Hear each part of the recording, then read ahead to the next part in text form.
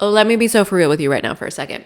The algorithm does not hate you. Your content is just boring. And I know that's harsh. I know that's hard to hear. And I say it with love. But for as long as you blame the algorithm, the longer you're going to stay stuck. You're never going to see growth. You are never going to see engagement. You are never going to see the results on social media that you want to see because you are blaming something outside of you, which then absolves you of the opportunity to take responsibility for what's happening and make changes. Social media growth isn't random, and it's definitely not luck. Welcome to Influence Declassified, the podcast where we uncover how influence is really built online. No fluff, no gatekeeping, just real growth strategies, unfiltered insights, and the marketing conversations that usually happen behind closed doors. Let's declassify your influence.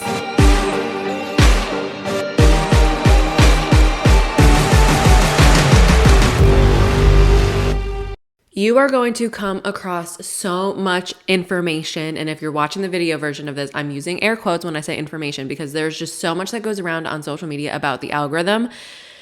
But in reality, there's not much that all of us actually know about the algorithm. And a lot of the information that you are coming across on social media in the form of like videos and YouTube videos and other podcasts and whatever is really just based on assumptions and not based on proof. What we do know about the algorithm is that it is essentially a categorization process. Like all the algorithm wants to do is categorize you and categorize your content so then it can match your content with the best possible viewer for that content. You have to think about the motive and the main motivation for all of our social media apps that we have. They want to keep people on the app as long as possible. So naturally, the algorithms are built to match the content that it thinks will keep people on the app longest. Think of the algorithm as like a matchmaking system. All it wants to do is take your content and match it with the people that are going to stay on the app longer, that are going to consume that content, engage with that content, watch that content, and keep them scrolling on the app. So again, if you keep blaming the algorithm for your content not performing, you're going to keep putting the same type of content out that clearly is not working. You have proof of that content not working because the algorithm's not pushing it out. But blaming the algorithm, again, absolves you of that responsibility and it allows you to say, well, the algorithm just hates me. I might as well just give up, or I'm just going to keep doing what I'm doing and not change anything and just hopefully one day the algorithm will love me. No.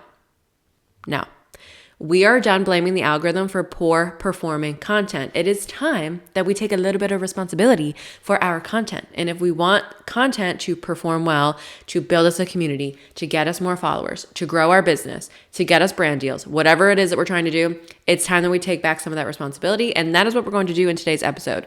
We are breaking up with the thought that the algorithm is entirely to blame for your performance of content or lack thereof. Okay, we are taking responsibility and we are talking about all of the things that make content actually successful in the year 2026. Now, even the phrase successful content is going to be subjective based on what your specific goals are. Someone might view content that got 10,000 views and got them 100 new followers as successful because they're trying to increase their brand awareness, increase their reach, and grow their following. Whereas someone might consider a piece of content that maybe it only got like 1,000 views, but it brought them a ton of new traffic to their website because their goal is to build their business and get more leads and inquiries in their business. So successful content is going to be subjective based on your goals. We already talked about building out a content strategy and your goals in the last episode, so I'm not going to get into that. But you should have your goals when you are measuring the level of success of your content and trying to track that success, okay? And in the first episode, we already talked about how content that is overly curated, overly perfected, it's giving AI, it's giving like, I have no perfections, this is my highlight reel, like that is out for 2026, okay? People want genuine energy. They want authenticity. They want you. They want your personality. They don't need to see your highlight reel. They don't want overly curated, overly perfect, whatever. We're out. We're done with that. We're done with that whole entire energy, okay? There's more of that in episode 1, but that's something to consider when you're crafting the most successful content that you can create in 2026 is stop trying to be so damn perfect. Stop chasing the aesthetic because an aesthetic is not a strategy, okay? Infuse your personality, be authentically you, and be genuine, and let your genuine energy shine through your content. Okay, let's get into the nitty-gritty of all the things. Successful content in 2026 obviously has to have a good hook, but hooks this year are not what they used to be. We're not going like, stop scrolling if you want the best 3 tips for blah, blah, blah. No. My favorite type of hook is called a layered hook. I don't know if anyone else has coined that term, but I have never seen anyone else call it that, so we're going to go with that. A layered hook. A layered hook uses multiple hooking techniques at the same time to maximize your opportunity to stop someone's scroll. So what is involved in a layered hook? We have your verbal or your auditory hook. That's going to be a sound. It's going to be the words that are coming out of your mouth. It's something that the people can hear. Then we're going to have your visual hook. This is going to be something that's going on in your environment, or it's something that you are doing. You're adjusting your necklace. You're fixing your hair. You're coming into frame. You're moving your phone into the frame. It is something visual. It is something interesting. It is something to layer on top of that audio hook. And then the final layer is going to be your text on screen hook. Now, if you are doing for your audio, your verbal hook, you're doing something, you're talking, right? You're saying something. Your text on screen hook should get that same message across, but it should be worded in a different way so it's not exactly what you're saying. Your text on screen hook should be really punchy. It should grab people's attention, especially if they are opening the app on mute, which a lot of people do. A lot of people do that, okay? So if they're opening the app on mute, maybe they're not even going to hear your auditory, your verbal hook. They're going to see what's the text on screen, or they're going to see what you're doing. So again, a layered hook is going to maximize your opportunity to stop someone's scroll. Another very important piece of successful content in 2026 is that you are talking to somebody as if they have no idea who you are. We are done with assuming that people not just know who we are, but care about us. This is going to be the number one reason why people scroll, especially when it comes to lifestyle content or just more personal content that shows you, okay? If you are acting like you are your favorite influencer, if you are bringing the whole like, hey guys, hi guys, my name is blah, blah, blah, absolutely full stop. No, nobody cares. Nobody cares what your name is. Nobody cares what your business is. Nobody cares about any of those small, like very personal, eye-centric things about you because they don't know you. So you need to remember that in every piece of content, you are speaking to someone who has never heard of you before. You are speaking to someone who has no idea who you are. So that means you need to give them a reason to actually care about you. This is going to be context. Context is little details about you and your life that make you authentic, relatable, and interesting. You need to be those three things if you want people to actually care about you and actually care about your content enough to not only engage with the content that they're currently watching, but to then go back and follow you and to continue to engage with your content and to continue to watch your content. Without context, you're going to come across as you are expecting people to just care about you without giving them a reason to care about you. And the reason why big influencers and celebrities can get away with this is because they already have a base of people who care about them. So they're more often speaking to the people who already know them than people who don't know them. If you're in a phase of growth, you don't have a big community, you don't have that very large audience that deeply cares about you, and that's what you're trying to build, whether you're a brand or creator, influencer, whatever, it doesn't matter. You need to build up that base of people who care about you, but that's not going to happen unless you give people a reason to care about you. So we are done talking as if, starting off videos as if people, one, know us and people also already care about us, because I promise you, they don't. Not yet anyways. So a really great question to ask yourself when you are crafting your piece of content, you're building out your strategy, whatever you're doing, is what is the viewer going to get out of this? Because a huge problem, a huge mistake I see so many creators making is that the content is framed to be all about them. And the viewer is not getting much of anything from consuming that content. We need to be giving the viewer something beyond just, here's my day, look at it. Here's my business, buy from me. We need to be providing value in some way that's going to encourage them to stick around long term, because they're like, oh, this person isn't just talking about themselves, or, oh, this person isn't just talking about their business because they want me to buy from them. They're offering me something beyond their life or beyond their business, and I can get down with that. And value isn't just educating. Of course, it could be something like a podcast, something like with the videos that I post where I like give educational social media content. It can be educational, but it doesn't always have to be educational. It doesn't always have to be very formal educational either.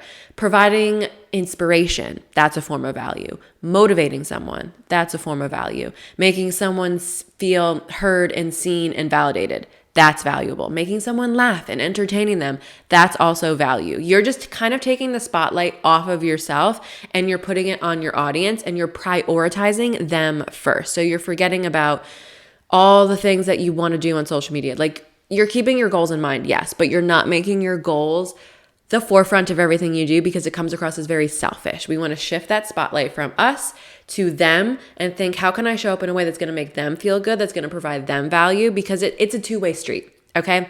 You can't expect people to care about you, to give you their time and their energy and maybe ultimately their money if you're not giving them anything in return and all you're doing is talking about yourself. Now let's circle back to the algorithm for a second, because like I said, the algorithm doesn't actually hate you. The algorithm wants you to do well, because if you do well and your content does well, it keeps people on the apps longer, which makes the algorithm and then the platform very, very happy. Okay. So the algorithm honestly does want the best for you, but you need to give it the right tools and you need to give it what it needs in order to help you succeed. So this is where we're going to get a little technical and we're going to talk about SEO, which is search engine optimization.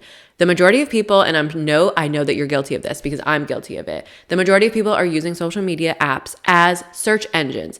How many times when you're looking for like a coffee shop or you're looking for an outfit idea or you're looking for a recipe, do you go to TikTok or Instagram and not Google? Because I'm telling you, I'm going to Instagram or TikTok literally every single time when I'm looking for something, okay? Everyone else is doing the same thing.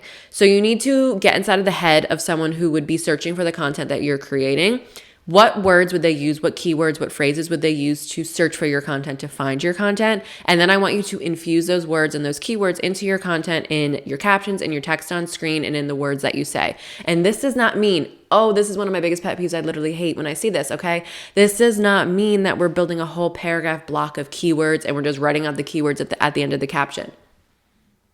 Please don't let me see you doing that, okay? That gives me the ick. It gives a lot of people the ick. Please don't do that. We want to organically infuse those keywords, those phrases into our captions, into the words that we're saying, into the text on screen so that the algorithm can organically pick it up and then help match your content with the people who are actually searching for it. So successful content in 2026, we have our layered hook. We are stopping the scroll. We are maximizing our opportunity to stop the scroll by using multiple hooking techniques. Okay. Very, very important. Number 2, we are not assuming and automatically feeling like people are just going to care about us because we want them to care about us, okay?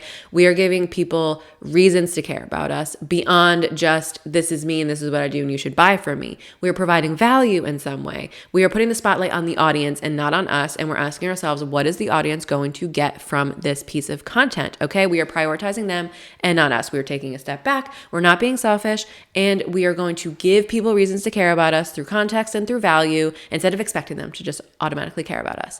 And then number 3, we are maximizing SEO in everything that we do. Captions, text on screen, words that we say, even the words in your bio, so that we can give the algorithm the tools that it needs to match our content with the people who are actively searching for it right now, because they are searching for it. They want to find it, and the algorithm wants to match you with those people. You just need to give it the tools in order for it to properly do that.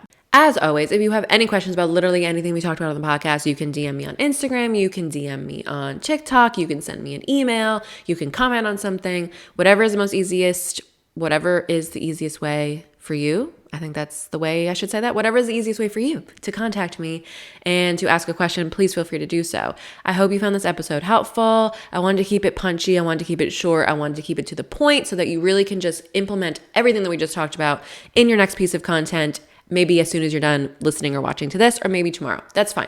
But I want you to be able to implement this as soon as possible because it is going to make a difference for you, especially in 2026, okay? The advice that you were given a year ago, even honestly 6 months ago, isn't probably going to work because with social media, things are always and constantly changing. And if you've been on social media for multiple years at this point, like I have, I'm sure you understand that at this point. So advice is always changing. Take everything you hear with a grain of salt, including things that I tell you, okay? Take everything with a grain of salt. Keep some fun in it like we talked about in the last episode. Experiment, see what works for you. But remember, the algorithm does not hate you. You just need to give it the right tools and the right words so it can match you with the people that are actively searching for your content. Because again, there are people who are searching for your content and they want to see it, okay? We just need to find them. We need to let the algorithm do its matchmaking work and just give it the right tools so it can match us with the right people.